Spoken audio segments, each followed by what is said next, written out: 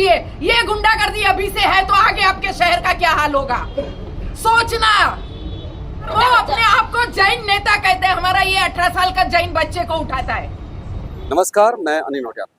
इस समय हम हैं मीराभाईंदर शहर के नवगढ़ पुलिस स्टेशन में और यहाँ पर विधायक गीता जैन पुलिस स्टेशन आई है इसलिए कि उनके फोटोग्राफर को पुलिस ने गिरफ्तार किया है।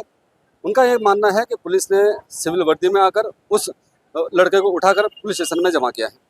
अब विधायक गीता जैन क्या कहती है उनसे बात भी करेंगे। मैडम, अभी आप नवगढ़ पुलिस स्टेशन आए थे, ये कहा जा रहा है कि नरेंद्र मेहता जी ने एक एफआईआर दर्ज की और आपका जो कैमरा मैन था उसे पुलिस ने उठाया। यहाँ पर आके आपने पुलिस से बात की होगी, तो क्या पुलिस ने आपसे? सबसे पहले तो जिस तरह से वो उठा के लाए वो इलीगल था, उसको कोई नोटिस नहीं दी गई। 66E लगाने के पहले कानून से उनको नोटिस देना चाहिए था, उनको कानूनन नोटिस नहीं दी गई। उसके बाद उसको इस तरह से मैंने किडनैपिंग की फरियाद की, इस तरह से उसको उठा के लाए। आप मानिए, सुबह मेरा पहला फोन इनको था कि मेरे इस बच्चे को किसी ने किडनैप किया है, लेकिन बाद में जब वो तहकीकात करने पे वो डीसीपी ने कहा कि नहीं वो तो हमारे ही आदमी थे, उसको तहकीकात के लिए लेके गए। तो मैंने कहा बिना नोटिस सर, बिना नोटिस कैसे लेके जा सकते हैं। फिर यहाँ उसको कम से कम 3-4 घंटे बिठा के अलग अलग कौन से पेपर पे साइन ली गई, अब वो बता नहीं रहे कौन से पेपर पे उन्होंने साइन ली। संजय थरथरे बार बार उसको फोन करके धमका रहा है और प्रॉब्लम ये है कि वो रिकॉर्डिंग नहीं हो रहा है क्योंकि वो व्हाट्सएप कॉल करता है, पर उसके इनकमिंग कॉल हम बता सकते हैं। उसको धमका रहा है। कल एक हमारे साथ और एक वकील था, उसको तरुण उसके घर पे जाके उसकी बीवी को बोल के आया, देखो मेहता जी आ गए तो फिर आपके हस्बैंड का क्या होगा। अलग अलग हमारे कार्यकर्ताओं को उकसाया जा रहा है, धमकाया जा रहा है। अगर इसी तरह से इलेक्शन लड़ना है तो आप बोलिए, क्या ये तरीका सही है क्या?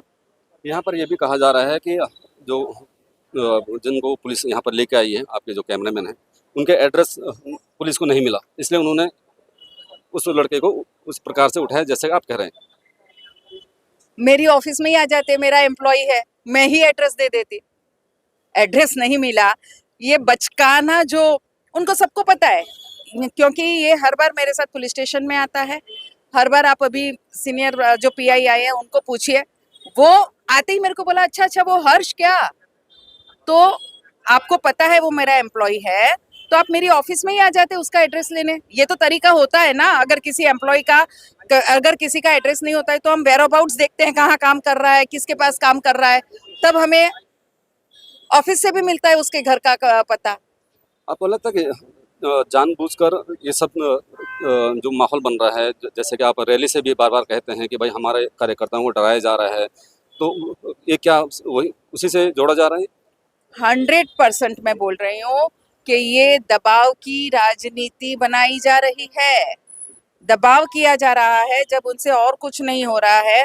अगर हारने का डर इतना ही सता रहा है मेहता जी, तो आप ऐलान कर दीजिए, बोल दीजिए खुले मन से हाथ जोड़ के कि गीता जी मैं हार गया हूँ, अगर आप मुझे जीतने देना चाहती है तो आप शांत हो जाए। अभी आपको लेकिन एक बात मैं जरूर कहना चाहूंगी, इस वाकये से शहर वालों के लिए, मेरे लिए भी ये सोचने की बात हो गई है कि अगर सिर्फ प्रशासन टिकट मिलने पर इतनी दादागिरी, इतनी गुंडागर्दी कर सकता है। प्रशासन गुंडागर्दी मैं इसलिए कह रही हूँ कि ये इलीगल अगर जो भी करता है, इललॉफुल जो भी करता है, तो वो व्हाइट वर्दी वाली गुंडागर्दी है।